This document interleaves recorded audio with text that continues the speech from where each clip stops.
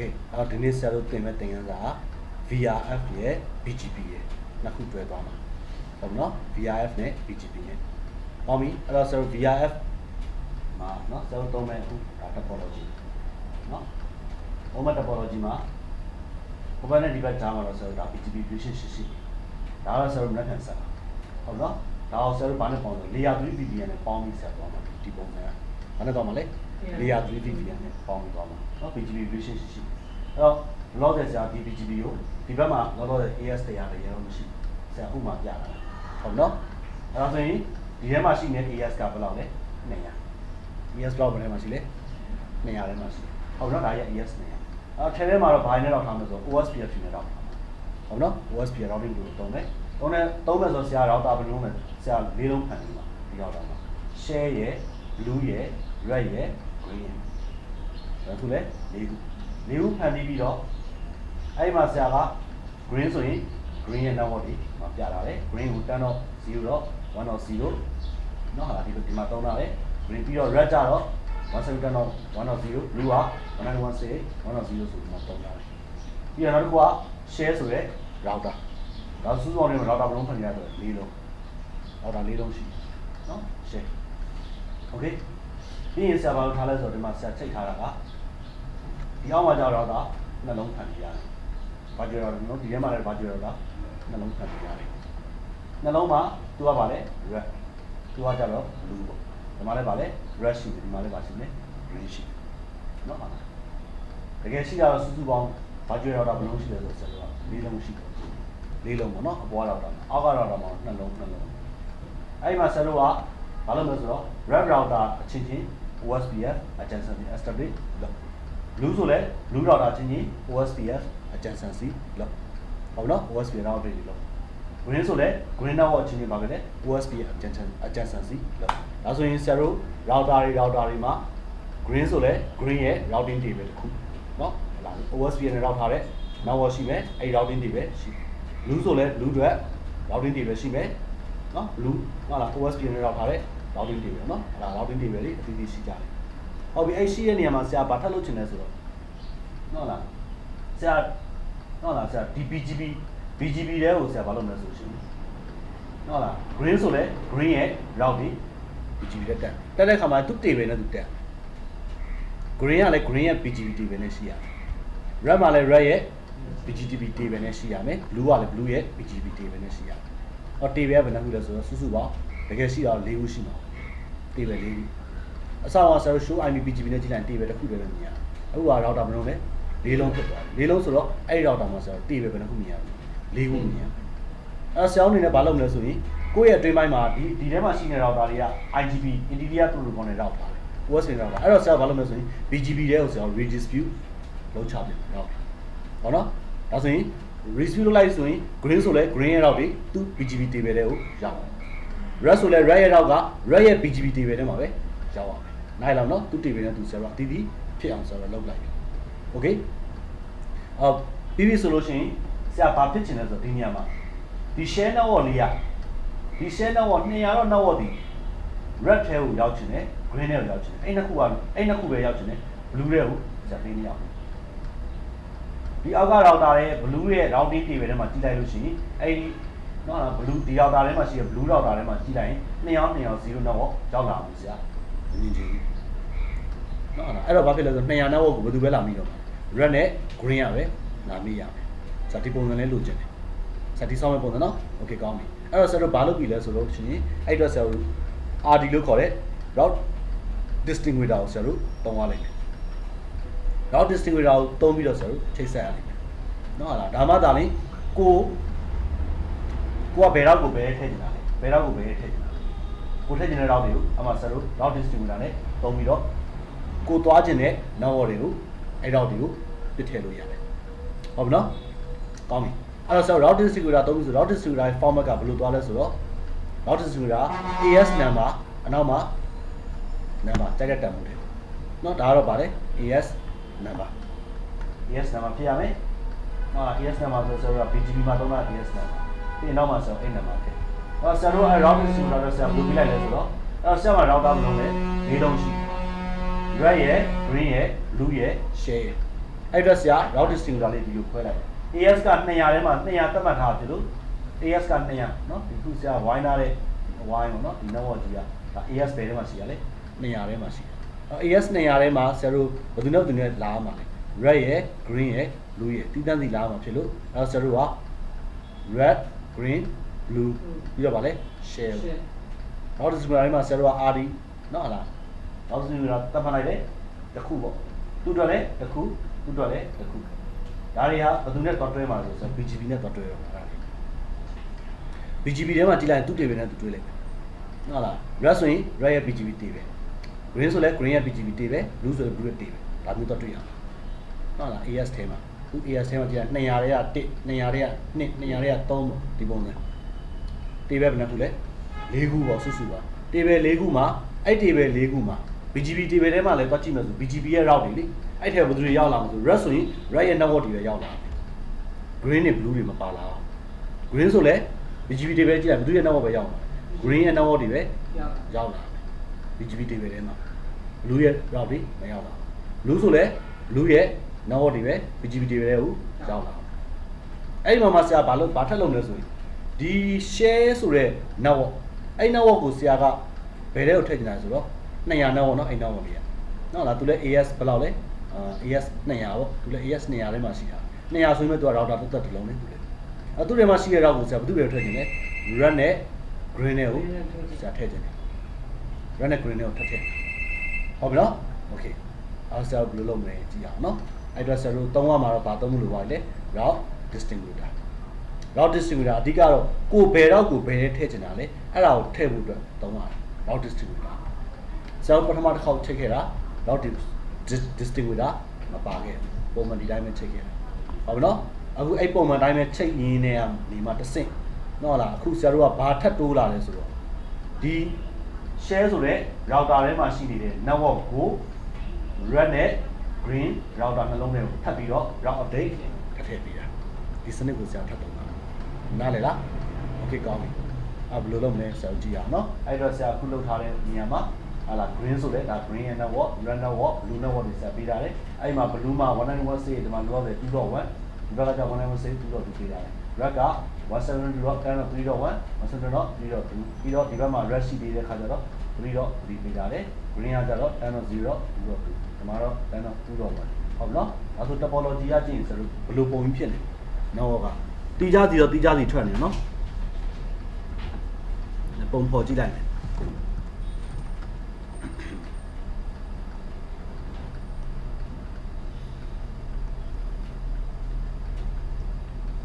ဒါ red ဒီလိုလဲချိန်ထားတယ်အကြားထဲမှာ switch ရှိရနော်ဒီပုံစံမှာလာချိန်ထားဒီမှာ red network တစ်ခုတက်ထုတ်ထားတယ်ဒီမှာ network တစ်ခုရှိတယ်ဒီမှာ network တစ်ခုရှိတယ်ပြီးတော့ဒီဘက်မှာပါရှိသေးတယ် BGP တော့မယ်ပါနော်ဒီဘက်မှာရှိရနော်โอเคဒီလိုပုံစံမျိုးတစ်ခုပြီးနောက်ထပ်ဆယ်တို့ဘာထက်ရှိလဲဆိုရင်ဒါကတစ်ခုတက်ဖြစ်သွားပြီနော်ပြီးနောက်ထပ်ဘာထက်ရှိသေးလဲနောက်ထပ်ပုံတစ်ပုံကလည်းအဲ့ပုံစံတိုင်းပဲလေ green မရှိလား green ကလည်းဒီပုံစံပဲ green network green ကတော့ဒီလိုပဲချိန်ထားတဲ့ပဲဒီဘက်မှာ network တစ်ခုရှိတယ် green ဟုတ်နော်တော့ဒါတစ်လုံးထဲမှာဖြစ်နေနော်ဒီပုံစံနဲ့ရှိတယ် green ကြောက်ဒီပုံစံပဲနော်လားပြီးရင်ဒီဘက်မှာပါရှိမှာလေ green ရဲ့ BGP ဒါ green ရဲ့ BGP ဟုတ်နော်ဟုတ် green ကဒါပဲနဲ့တူတယ်ဟုတ်နော် green ကဒီလိုနော်ချိန်ကြဟုတ်တယ်ဟုတ် green ကဒါပဲပြီးရင်နောက်တစ်ခုပါရှိသေးတယ်နောက်ထပ်တက်ပေါ်လာစီရ blue ကြတော့ပဲပုံစံနဲ့ blue ရှိမှာနော် blue လည်းအဲ့ဒီတိုင်းပဲချိန်တာနော် blue လည်းဒီပုံစံ blue ရဲ့ network ရှိမယ်ဒီလိုမျိုးတက်ချိန်ထားတယ်ဒီမှာ blue ရဲ့ network ရှိဒီဘက်ကပါလဲ blue ရဲ့ BGP ဟုတ်လားဒီပုံစံထွက်တာမြင်လားမသိဘူးအတွင်းပိုင်းပုံစံလေတကယ်တော့ဖြစ်နေဒီပုံစံဖြစ်နေ network ကဟုတ်တယ်နော်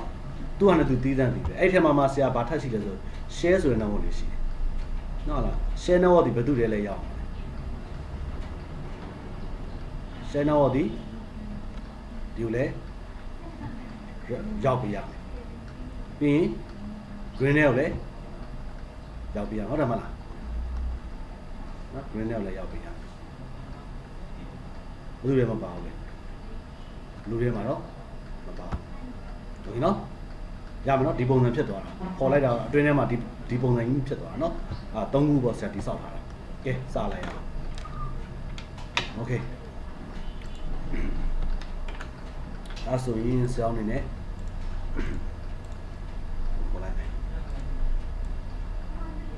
ဘယ်လို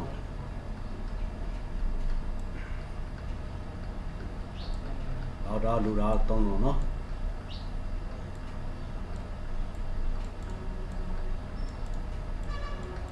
3လုံးမှာဆွတ်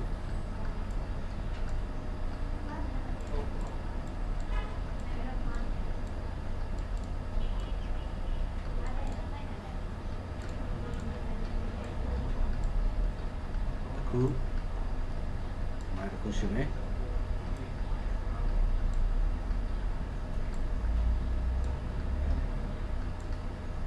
ဒီမှာတစ်ခုရှင်းမယ်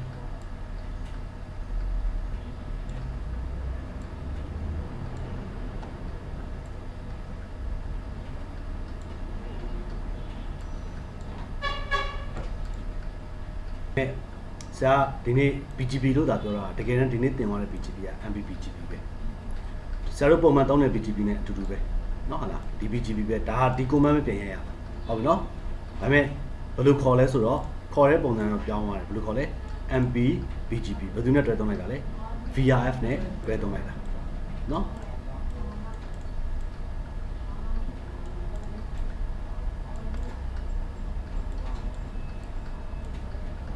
ဒီလည်းမရှိလိမ့်နေဆိုတော့ trend လေးပြန် trend လေးပြရမယ်ဆိုတော့ trend ပို့လေးထည့်မှာရအောင်ဆွတ်ထဲဝင်လာသူကဒီရှစ်ထိကတော့ပြင်လို့မရတော့ထပ်ထဲမှာပဲရတော့ကိုပေါ့နော်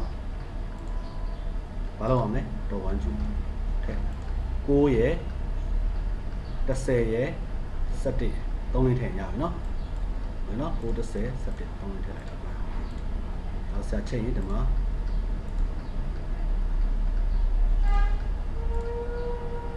9ရယ်10ရယ်17ရမယ်နော် try လုပ်ပါ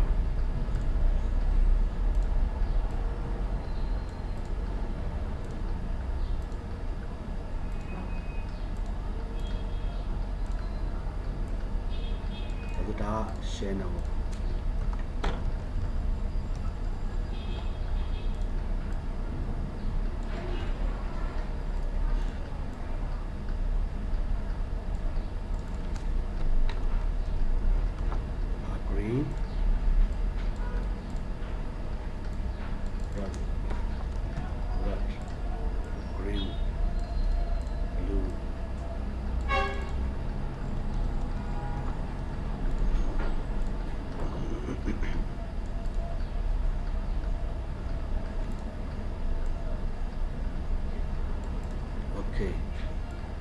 ဆိုလို့ရှိရင်ဒီကောင်မျိုးစလိုက်အောင်เนาะဆရာဒီပုံစံတိုင်းတော့ဆရာ IB ပေးဦးမယ်เนาะ IB ပေးမယ် IB နဲ့တခါလေး VRF တွေစောင့်မှာဖြစ်လို့ capture တော့ဖန်လိုက်ပြီเนาะ start လုပ်လိုက်ပြီ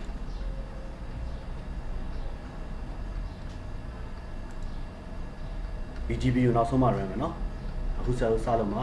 red တွေ green တွေ blue တွေဒီရောက်တာစောင့်ပင်သက်ဆိုင်သူ့အနေနဲ့ IB တွေပေးเนาะဒီဘိုင်းပဲစသွားမယ်เนาะပြီး OSPF check BB ဆိုတော့မှဘာလို့မှာလဲBGP နဲ့ပြန်တွဲမယ်เนาะโอเคအဲ့တော့ဒါဆိုရင်အခုလောလောဆယ် BGP နဲ့တွဲမှာတေးကြနေဖြစ်လို့ဒီ domain ကြီးက AS ဘယ်လောက်လဲ200เนาะအခုချိန်တာเนาะဆရာမဆွဲတော့ပါเนาะ AS တိနေเนาะဒါကြီးကုန်ဒီ AS 200ထဲမှာရှိမယ်အခုတော့ရှိတယ် BGP ထဲဆိုတော့အထဲထဲမှာ OSP ရောက်မှာဆိုတော့အဲ့ OSP ရောက်ဒီ BGP ထဲဘာလို့ပေးဖို့တော့ redistribute တော့လုပ်ဖို့လိုတယ်လုပ်တဲ့နေရာမှာလဲ red ဆိုရင် red ထဲမှာပဲထည့်မယ် blue ဆိုလဲ blue ထဲမှာပဲထည့်မယ်ဟုတ်လား green ဆိုလဲ green ထဲမှာပဲ redistribute လုပ်ရမယ်သူ table နဲ့သူပဲဘာလို့မှာလဲသူ round နဲ့သူဘာလို့လဲ redistribution လုပ်ရမှာเนาะဒီကောင်းပြီစကြည့်လိုက်အောင်ဒီ R1 နဲ့ဝင်တော့ဟ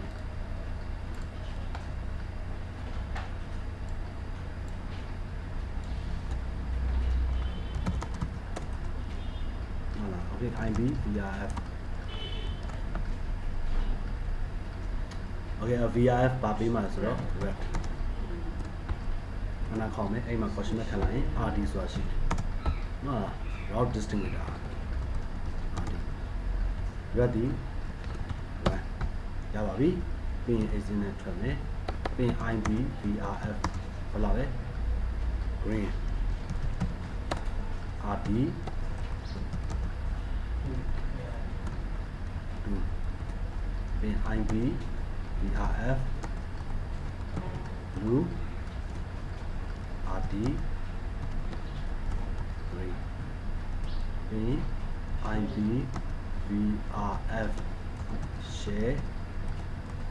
RD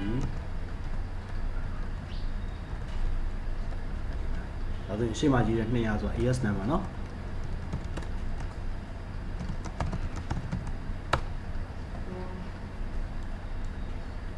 ဟုတ်ပြီဒါဆိုရင်ဆရာတို့ဒီလိုမျိုးရပြီ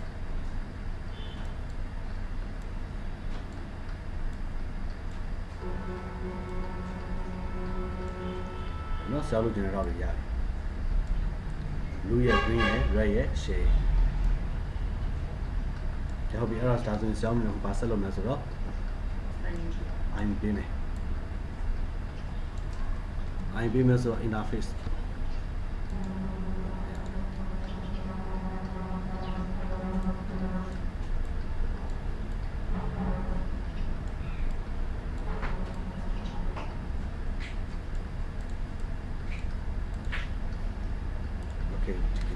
IND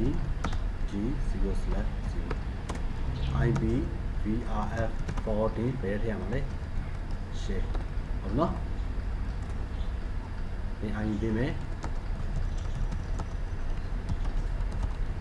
တော်တော်များများ block ပေးမယ်ဆိုတော့250လို့5525 0 IND G 2/0 IB VRF 40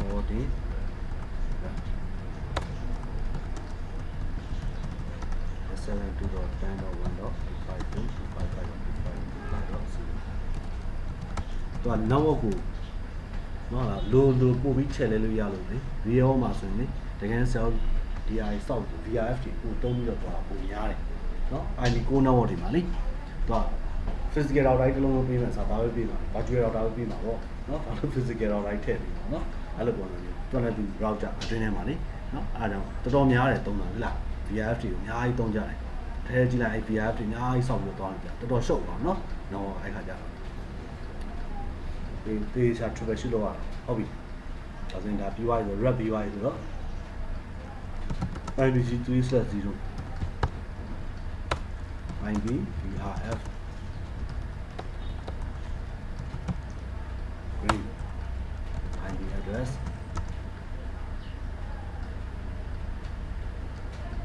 oh sorry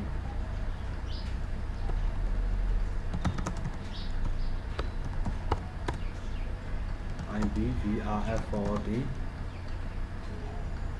there to my GRE and green in IP address 10.0.1.25.25.0 INDG 4/0 IB VRF 40 blueဒီထိအားလုံးသိပြီးသားပါเนาะဒီ command တွေကအခုတိုက်တဲ့ command တွေသင်ပြီးသားပြီ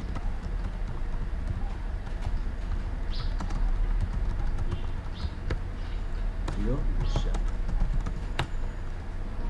ဒါဆိုရင်ဆရာအနေနဲ့ INDG ဘလောက်လဲ 1/0 လို့ရှာဒီ exit နဲ့ထွက်မယ် INDG 1/0 ဒီsorry INDG 1/0ဟုတ်လား dot ဟုတ်ပါ dot ဟိုအတွက်ပြီးလိုက်မယ်နော် red dress ဆိုတော့ dot 1ပဲထားပါနော် dot 1ရယ် red က1 2 3ပေါ့နော်ဒီလိုသွားလိုက်နော် IB VRF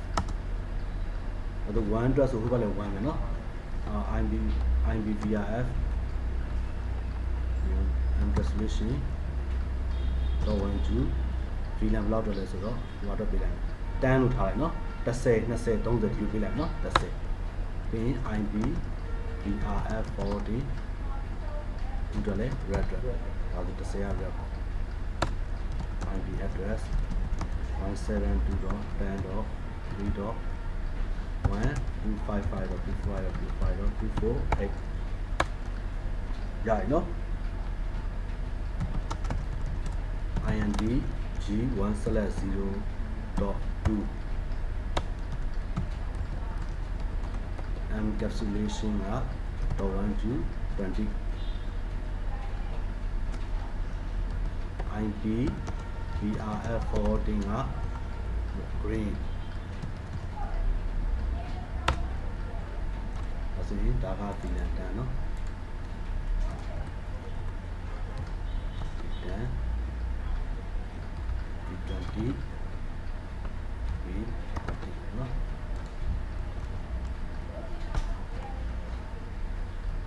IP address 10.0.2.1 255.255.252 no shit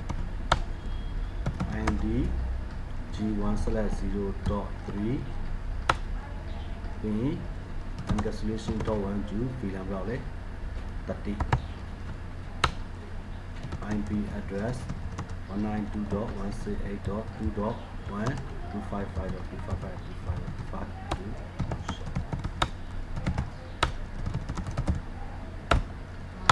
okay you're show IP route VRF green blue no button is share here no share no share all of be white no huh bé ao down that's it now then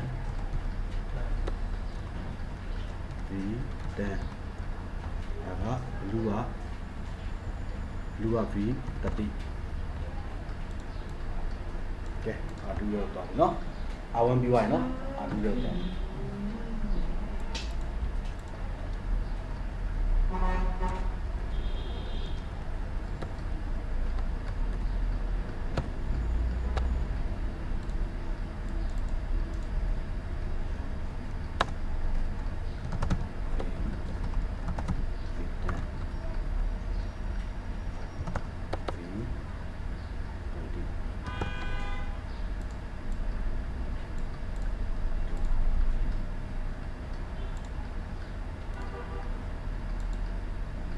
I do them as a lot of no sound, no long sound, no?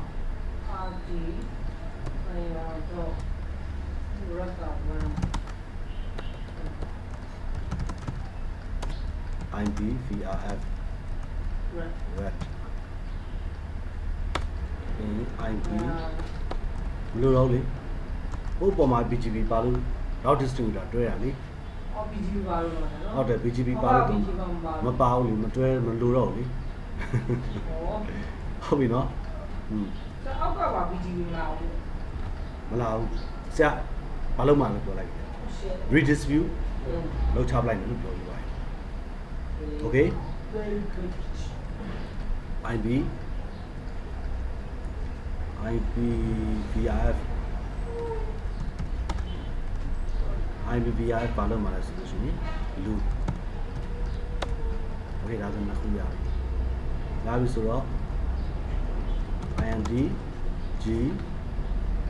2/0 ဒီ IB VRF 40ဘယ်တော့မှလဲ red IB address 172.10.0.254.255.255.255.0 was shut.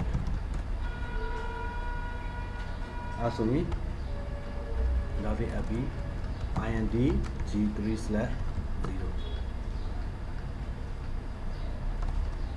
IBVRF 40 blue IB address 192.168.0.354.255.255.255.0 okay ခဏဆောင်မယ်ပြီးရင် G1/0 တော့เนาะ IND G1/0 no shutdown ကိုပြောမယ်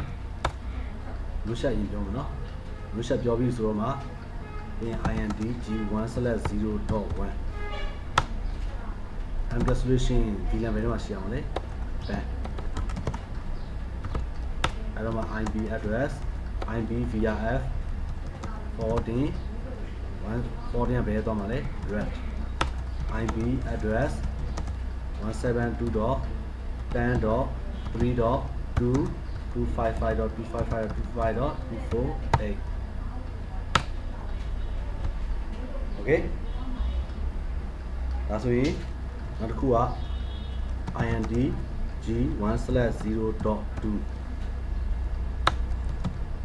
encapsulation.1 VLAN ဘယ်လောက်တက်လာမှာလဲ30 VLAN 30ဖြစ်သွားပြီပြီးရင် IP VRF 14က blue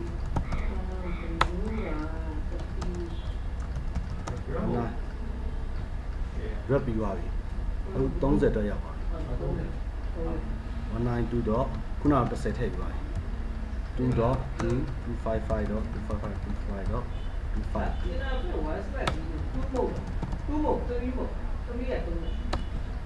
1/0 လေဘာကိုပြောနေတာတော့30ဒီမှာ2လို့ထားဘာဆိုင်လို့လဲဒီ2လို့လားတော့အမ VLAN နဲ့ဆိုင်တာလေ VLAN 30နဲ့စိုက်နေတာပြောမတပီးမညီအောင်လို့ပြောဆရာမညီတော့ရတယ်လမ်းမထားတော့နော်တက်ဆရာနော်စတန်နဲ့တက်ဟုတ်ပါအခု standard နဲ့ဆရာကဒါ post standard ကြာဒါဆရာ standard ဆရာလည်း standard ကြာရစ်တယ်နော် okay ဒါဆိုရင် red ဟာ red blue က blue ဒီတော့ဒီလေးပဲစစ်ကြည့်အောင် ကြာပါဟဲ့ show IB raw VRF red နှစ်ခုရှိမယ် blue ရှိ blue မှာနှစ်ခုရှိလေရပြီဒါဆိုရင်ပင်းကြည့်အောင်နော်ပင်းတဲ့ပင်းမြည်အောင်ဟုတ်တယ် green နဲ့ green red နဲ့ red ပင်း 172.10.3.1 เนาะ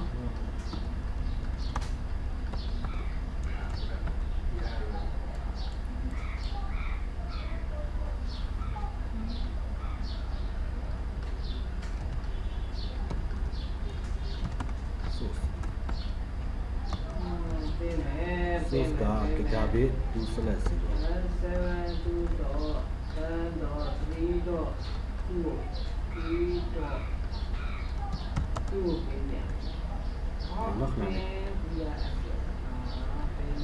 pin VRF เนาะ VRF နဲ့တော့ VRF red ကိုမှာဆိုတော့ထည့်ရမယ့်ဥစ္စာ IP သွားမယ့် IP က 172.10.3.1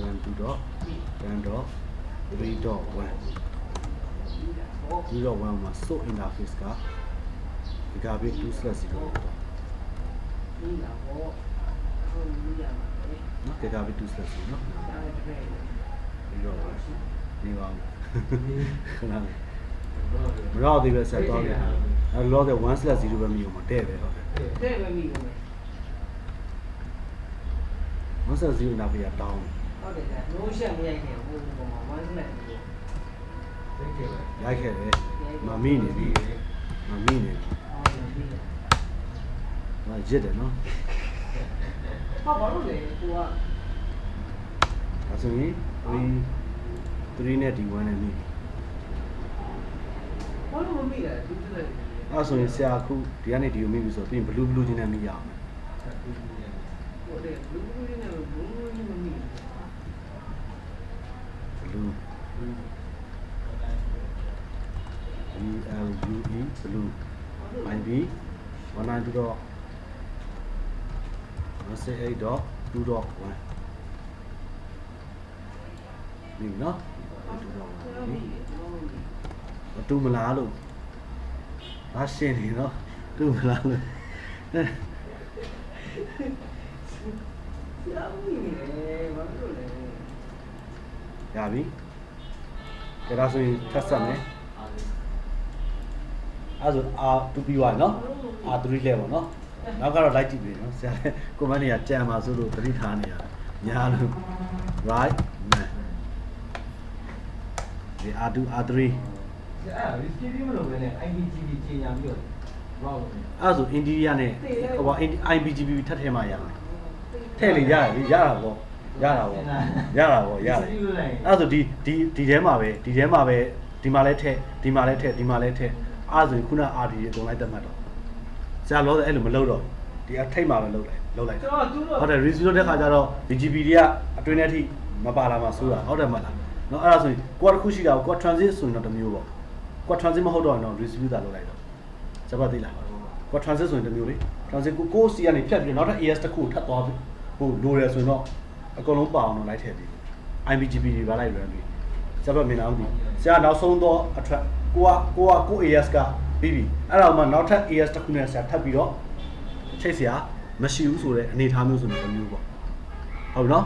ဟုတ်လားဆရာပြောတာကောင်းတယ်တွေးတာမှန်တယ်သူတွေးနေတာမှန်တယ်နော်သူများတွေးပြီးတော့သိလားသူတို့သူသိလားဟမ်ဆရာတင်ထားဘူးတယ်နော်ဟုတ်တယ် Tên nó rồi. ဆရာ Tên nó mua cái nào mà cha. မပြီးမှသူ့ကိုပြန်ရှင်းခိုင်းလိုက်နော်ဗာလဲဆိုတာ IBGB đó phải. နေပါဦးပြီးမှရှင်းပြတော့စလုံးနေပြီးရင်အေးဆေးရှင်းပြလိုက်မယ်နော်နော်သူမရှင်းပြရင်ဆရာရှင်းပြမယ်ခဏနော်မဆရာပြီးအောင်မဆက်တော့မှ comment နေမိမှာဆိုလို့ပါဆိုနော်ဟောကြံခဲ့မှာဆိုလို့တော့မှစဉ်းစားနေတာ IB BRF red green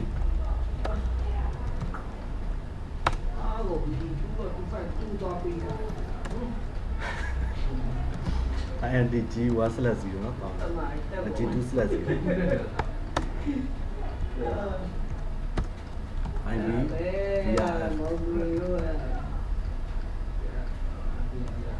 all day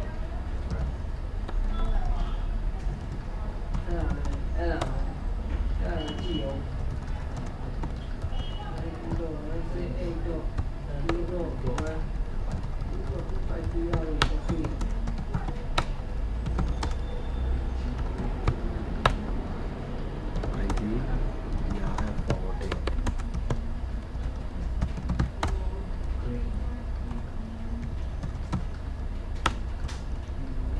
ပြီး IP address 10.00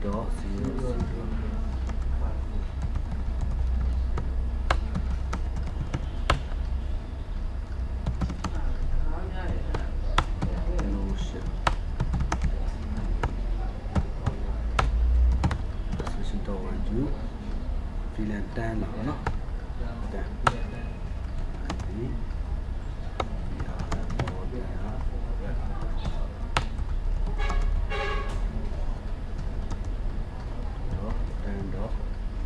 10.3 နော်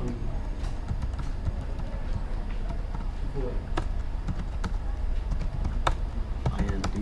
G1/0.2 resolution.12 VLAN block တယ်လို့ဆို20 တက်နော် IP BRF forwarding က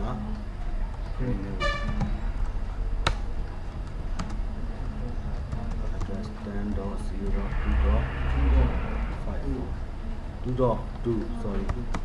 255.255.255.252 data ကိုပြီးပါနော် AP BRFက red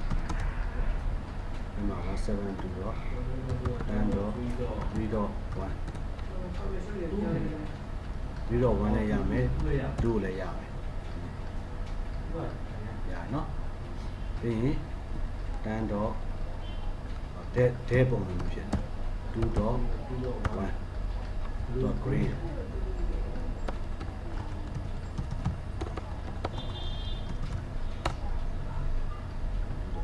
okay ရနော်ကဲဒါဆိုရင်ဆရာအနေနဲ့ OSPF နဲ့ရောက်ဖို့တော့ကြာတယ်နော်နောက်ချတယ်တော့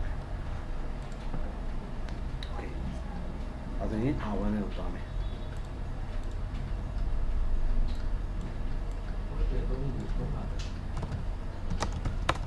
နောက်တော့ OSP ကိုဝင် VRF web now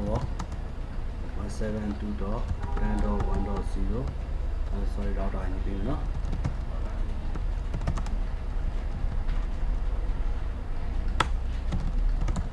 now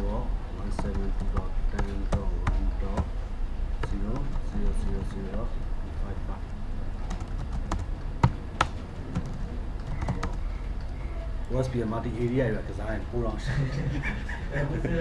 နော်နော်ပို့ပြီးတော့များလာတော့မှာလေမင်းငယ်မဟုတ်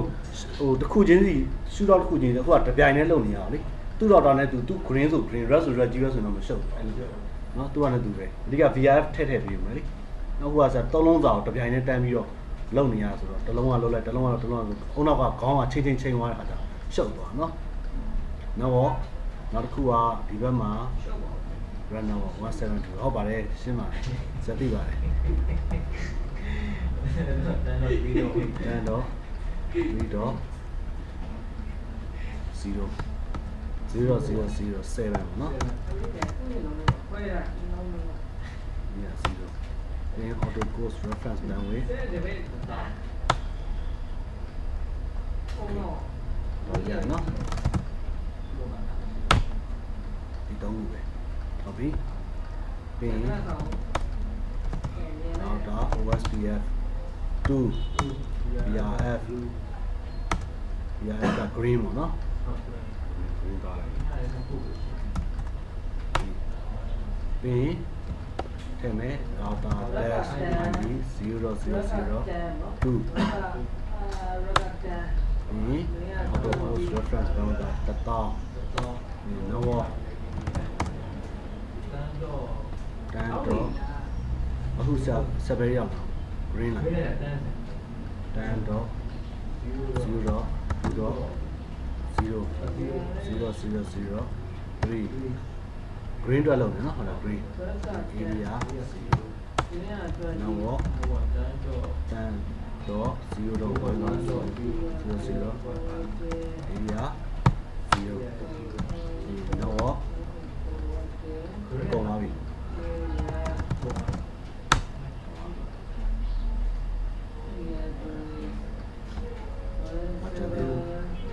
blue အတွက်နော်ID sorry router OSPF VRF OSPF 3 VRF का blue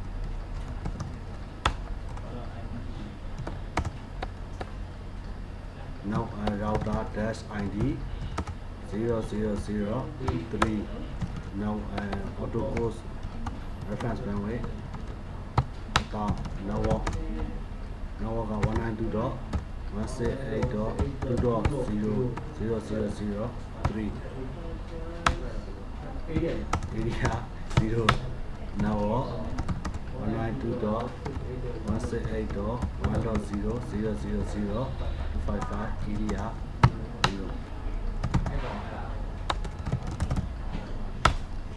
နော်သူက OSP 3ခုပဲရှိတယ်ဒါ BGP ထဲမှာသွားမယ်ပါဒါဟို3ခုဒါ BGP ထဲပဲဒါက connector ဆိုတော့သူမကျင်ညာတော့စက်တက်ဒါ BGP ထဲမှာ register connector လို့ပြောလိုက်တာ ਨੇ အဲ့ connector တော့ကောက်နော်ဒါ ID connector ကြည့်တယ်နော် okay ဒါဆိုရင်ဘာကြံသေးရော R1 မှာပြီးပြီဒါဆိုရင် R2 ကိုသွားမယ်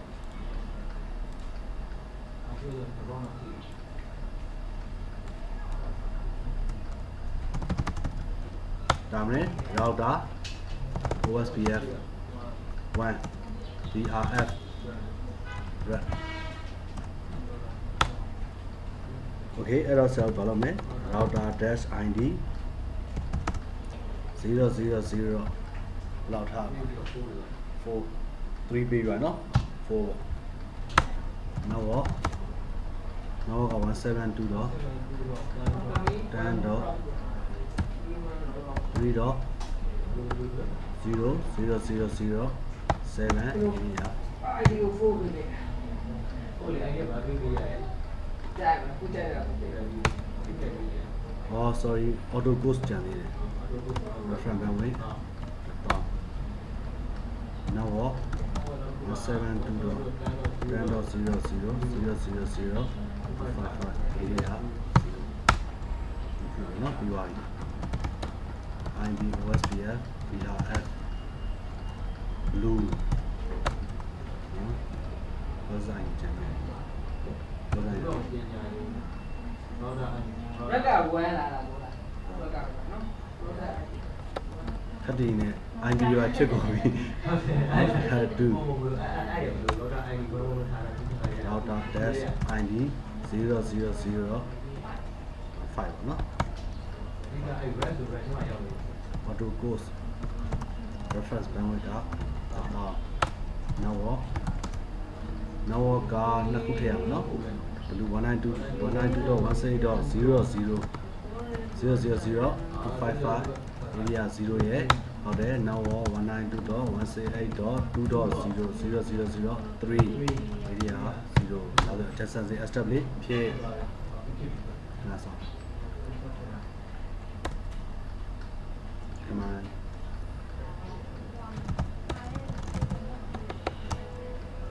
pick it အဲ့ဒါဟိုဘက်ချမ်းမှာထည့်ပါလားဖြစ်ရတော့ adjacent establish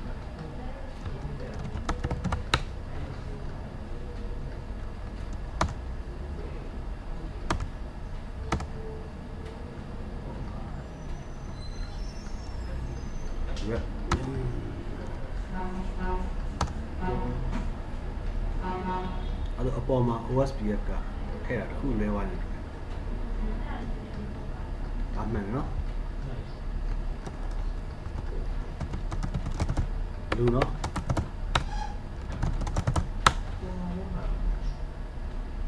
R1 ချက်တယ်ဆက် after by ဝမ်းမဲ့ဖြစ်တယ်အစခုနချက်ခဲ့တဲ့ process ကိုဝမ်းမဲ့ဖြစ်တယ် so yeah OSPF ပြန်ဆက်လိုက်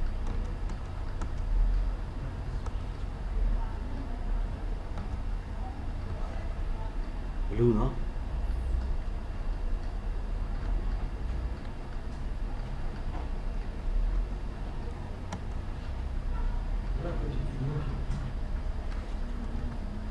ပြင်ကြည့်လိုက်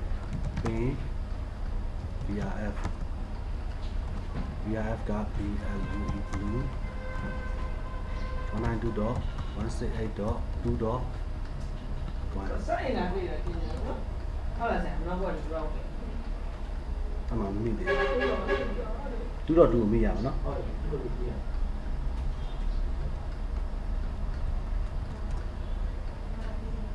ဘယ်လိုလုပ်လို့လဲ အဲ့ဒါ192တော့လုံနေပြီပြန်ဆက်ရအောင်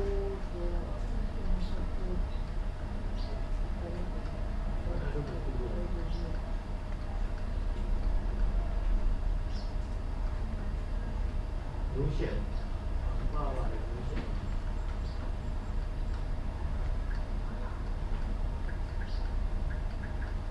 2.1 25252525 2.1တော့ဘာလို့ပြန်မမိရအောင် IB VI4 တင်မလုပ်ခဲ့ဘူး ဟုတ်တယ် ဒီမှာကြံသွားတယ်အဲဒီနော် G1/0.3 နဲ့တူနော် အဲ့မှာလူရဒီလိုဆိုပြီး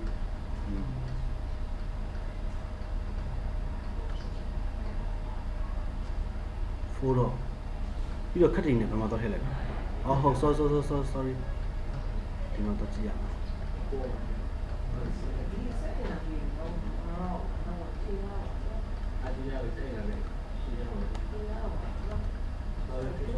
ပြင်စရို no IP address နဲ့ပြန်ထည့်လိုက်မယ် IP VRF forwarding ကဘယ်လိုတော့လဲ blue in IP addressကဘယ်လောက်ဖြစ်သွားမလဲဒီတော့အဲ့ဒါ OSP နဲ့တက်သွားတယ်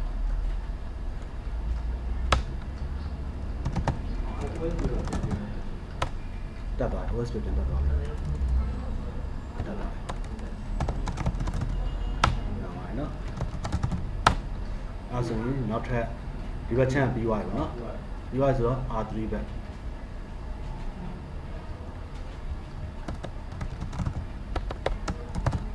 Okay routing table လေးစစ်ရအောင်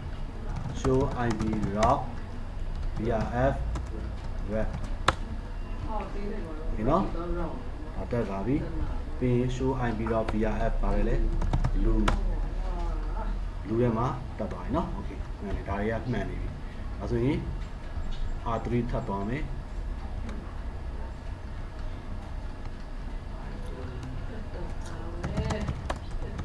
နောက်တာ OSPF 1 VRF rep ဒီဟုတ်တယ် router dash ID ဒီမှာ45เนาะ6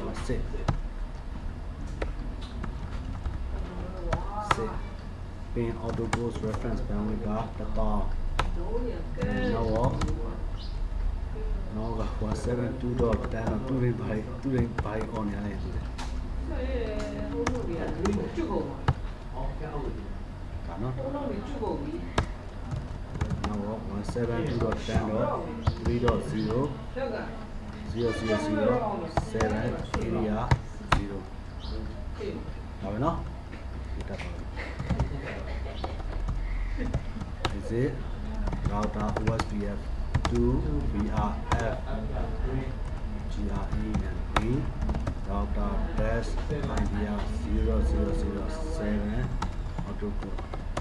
post reference now 10.000.000.55 area 0 now 10.0.2.0.003 area 0 ရပြီအဲဆိုရင်ဒီထဲမှာ green နဲ့ red နဲ့ green အဲဆိုရင် red ကကြတော့ဒီဘက်က red နဲ့လည်းတက်လာမယ်ဟုတ်နော်ဟိုက red နဲ့လည်းတက်လာမယ် show id က VRF ဟုတ်တယ် 172.10.0.0 တက်လာပြီနော်โอเคဒါဆိုရင် pink green နော်ဟုတ်တယ်တစ်လုံးတစ်ခုတော့နော်โอเคဒါဆိုလို့ရှိရင် cell အနေနဲ့ဘာပဲကျွန်တော်လဲဆိုလို့ရှိရင်ဒီ share network ကိုဘယ်တဲ့ရောက်စေချင်တာလဲ red နဲ့ blue sorry red နဲ့ green red network ဒီမှာဒီ router ရဲ့ red ထဲမှာတွေ့ရတယ်ဒီ network ကနော် green ကအဲ့တော့ cell ဒီမှာ BGP သွားမှာနော် BGP okay BGP ဖန်တီးမယ်အားပါနော်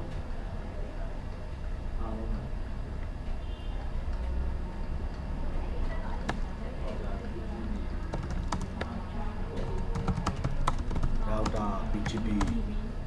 yes နာမလောက်လေနေရ Okay on ne a ke no auto summary no segmentation router dash id နော် router id manual config ချအောင်နော် router id ကို self block ပေးမယ်လို့ကြတော့ router id လာတော့ self block ပေးလိုက်နော် 1.0.0.1 ပေးလိုက်နော် 1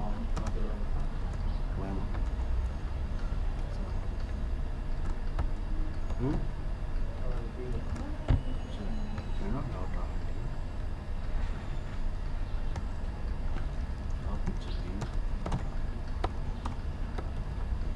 router id command လို့တော့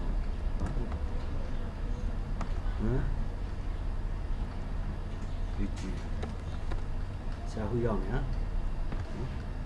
command မတွေ့တာသေးလား BGP ဆိုရင်ဆရာခုနရှာလိုက်သေးတယ်ဒီ BGP ဆိုတော့လေ caution mark ခံနေကြည့်ဟုတ်လားတွေ့လားဩဟောဒီမှာခုမတွေ့တာဟုတ်ပြီအဲ့ဒါဟုတ်နော်ဟုတ်ပြီနော်ရှိရနော် BGP တော့တိုင်းရရနော်100တော့လေ1 okay ဒါဆိုရင်ဟာလားနော်ဟာလားဆိုအဲ့တော့အမှဆရာတို့က no auto summary အခုဆရာတို့ဘာလုပ်ရတော့မှာလဲသူ VRF နဲ့သူပြန်တွဲပေးရတော့မယ်နော်သူ VRF နဲ့သူပြန်တွဲပေးတော့နော်ဒါဆိုရင်ဆရာတို့ကအမှဆရာတို့ address family VVN V4 လို့ပြောမယ်နော်လားပြင်ဆယ် unicast ပေါ့နော် address family ရပါတယ်လေ VVMV เนาะ IPv4 เนาะ VRF ဒါလည်းတွဲပြရမှာเนาะဒီเนาะအဲ့ဒါပါလဲဆိုတော့ red เนาะ red ရှိမယ်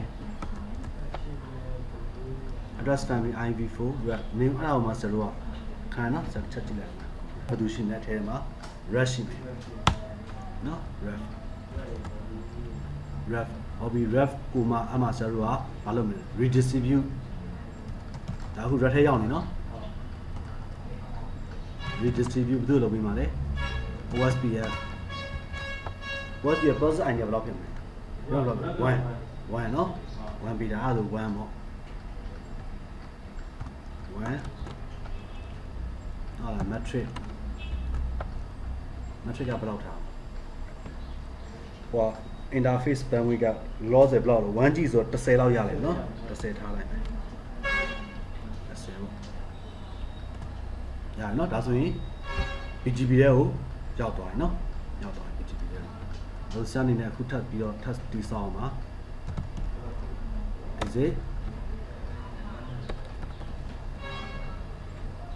no auto summary လောက်ထားတယ်เนาะပြီးတော့ no synchronization เนาะ BGP synchronization ပိတ်ထားတယ်เนาะ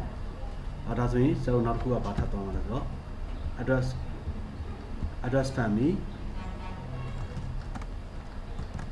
family ဘာလို့မလဲ IPv4 VRF ဒီတစ်ခါဘာလို့တွေ့လဲဆိုတော့ wrap ပြီးတော့ green ဟုတ်နော် green okay ဒါဆိုရင် green ဆိုတော့ဘာလို့ရဲ့ OSPF ထဲမှာရှိတဲ့ receive OSPF process ဘယ်လောက်လဲ2ချက်ကြည့်ပြီနော် Korea 2 process ဟိုတော့3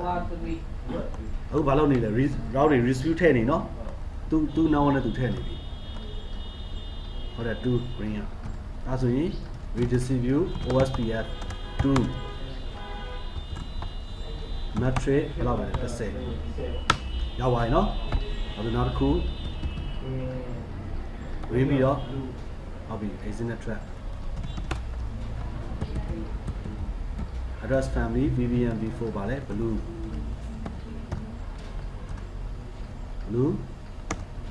နောက်ခါ redistribute OSPF 1 2 3 3 ကိုမှ matrix 10ဟုတ်ပြီနောက်တစ်ခုက blue ကြံသေးတယ် share ကြံသေးတယ်ဟုတ်နော်ဒီမှာ VRF ပါလဲလေ SHARE share ဟုတ်ပြီနော် share ကိုမှ redistribute နော်လာလုပ်မယ် connected တော့ပါပဲလေ connected ပဲရှိတော့ connected ကိုထည့်ပေးလိုက်ဒါဆိုရင်ဘယ်တော့ရောက်ပါမလဲ200နဲ့ရောရောက်ပါမယ်ဟုတ်နော် matrix ကတော့30ပေါ့30မလိုတော့ထားလိုက်တော့ connected ပဲသူ့ဘောင်းနဲ့သူရောက်သွားလိုက်ကဲဟုတ်ပြီလိုက်မယ်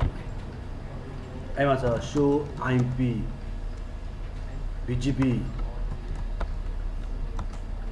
on နဲ့ကြည့်လိုက်ပါ red green blue share ကြည့်အောင် red ဘယ်သူတွေရောက်နေပြီလဲ00 1.0 2.0 ဟုတ်နော် red နော် 1.0 00 2.0 3.0 ကြောက်ပါမှန်တယ်မလားဒါလေးခုနော်သူက3ခု10.00 10.1.0 10.2.0 ပြီးရင်191600 1.02.0 ပြီးရင်200ဟုတ်လားကောင်းပြီအဲ့ဒါဆိုရင်ဆရာတို့ခုဘာလုပ်ချင်တယ်လဲဆိုတော့ဆရာတို့လုပ်ချင်တာကဒီ200 network ဒီ200 network ဒီဘယ် network တွေလဲပါချင်တာဘယ်သူတွေပါချင်လဲ blue နဲ့ ဟုတ်တယ် blue နဲ့မော green နဲ့ red blue နဲ့ red new set ဖြစ်ပြီဟုတ်တယ် red နဲ့ green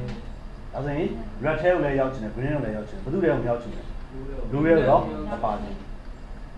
ဟုတ်နော်အဲ့200 network ပါအောင်လုပ်မှာဒါဆိုဒါက BGP ထဲမှာရှိတာလေဟုတ်ပြီအဲ့ဒါဘာသုံးပါလဲဆိုဆရာတို့က route packet import export ဆိုတဲ့ command ရှိတယ်အဲ့ဒါကိုဆရာသုံးလိုက်ရောက်လာလိမ့်မယ်ဟုတ်နော်တော့သုံးကြည့်ရအောင်ဒါဆိုရင်ဆရာတို့ R1 နဲ့ဝင်မယ် ကြည့်အောင်နော်ဘယ်လိုထည့်မလဲဆိုတော့ကြည့်နော် IB VRF VRF ကပါတယ်လေ rep အမှဆောက်ကြည့်အောင်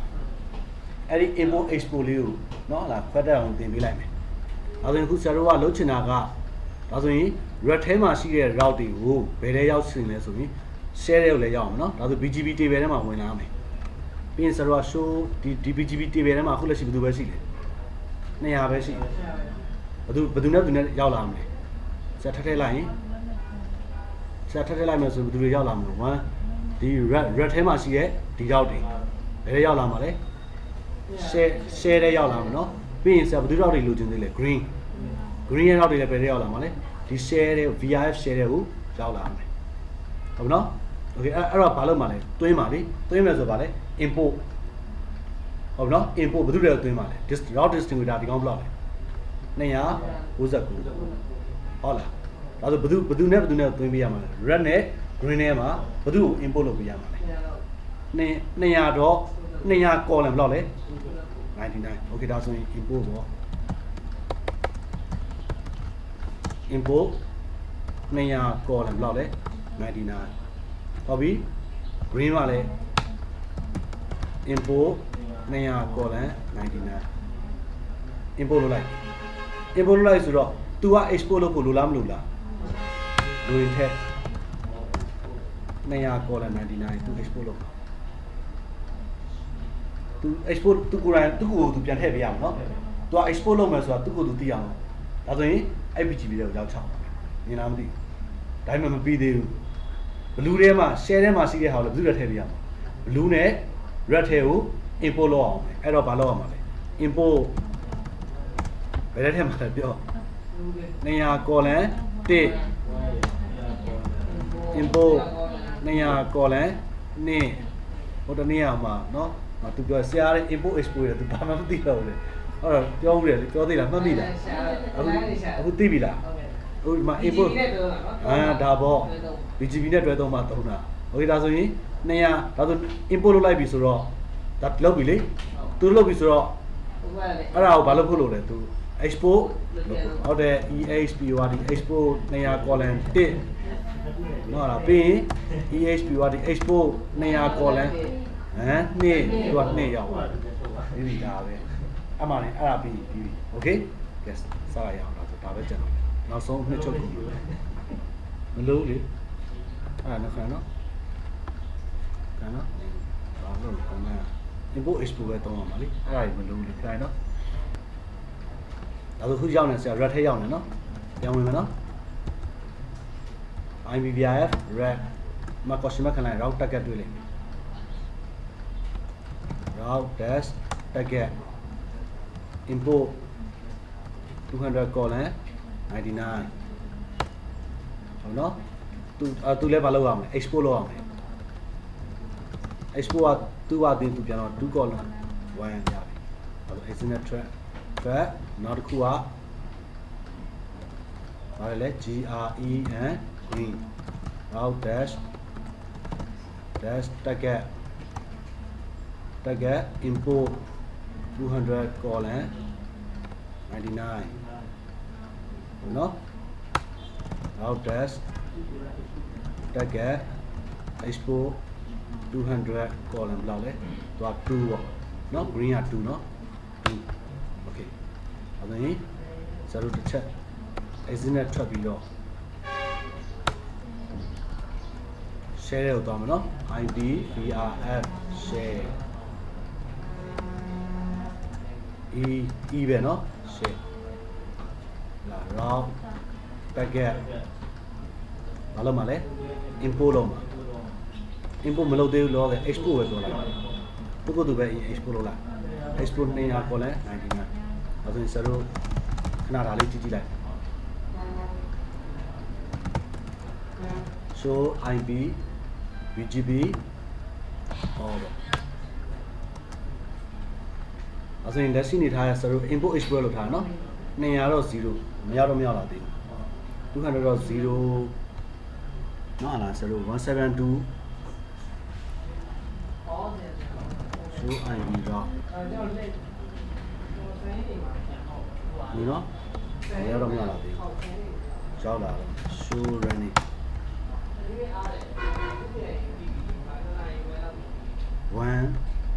1 က export ပြန်လုပ်ထားတာ2တဲ့ကိုထည့်ထားတယ်နော်ဆရာ redistribute လည်းလုပ်ထားတာနော် redistribute ကဘာလို့လုပ်ထားလဲဟိုဟာလုပ်ထားတယ် PGP export import လုပ်ထားတယ်ဆိုတော့ရောက်တော့မရောက်သေးဘူးဆိုရင် show ib တော့ vrf run နဲ့ကြည့်ကြည့် red ထဲမှာတော့ရောက်နေပြီနော် red ထဲမှာတော့ရောက်နေနော်ဟောဆရာလောက်ထားတာဟုတ်တယ်ဟိုက तू ကဘာလုပ်ထားလဲ export ပဲလုပ်ရသေးတာလေ तू က import မှမလုပ်ထားတာသူဟုတ်တယ်နော်ဟုတ်ပြီနော် okay နော်ကောင်းပြီသူ့ထဲမှာပဲ तू ယူထားသေးတာဟုတ်ပြီနော်သူ့ထဲမှာပဲ तू ယူထားတယ်ဟုတ်ပြီနော် okay အဲ့တော့ red ပြင်ပါတယ်လေ blue ဟုတ်ပြီနော် blue ထဲမရအောင် green နဲ့ရအောင် green ဟုတ်ပြီနော် okay ဒါဆိုရင်ဆရာတို့ဟုတ်တယ်သူ့ထဲမှာမရှိသေးတာ ib vrf ဘာလို့မလဲ share ib share နော် share အနာခေါ်လိုက်ပြီနော် route dash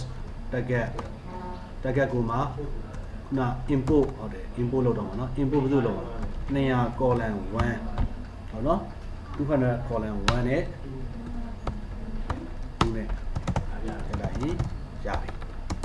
ဒီဒါဆိုတော့ show run ကိုပြန်ကြည့်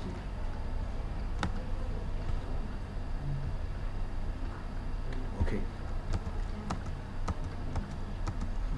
show ib bgb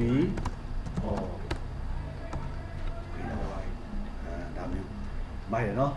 VIF နဲ့ကစားသွားတာဟုတ်လားဒါဆိုရင်ကျွန်တော်တို့အကုန်လုံးဟိုထဲမှာရောက်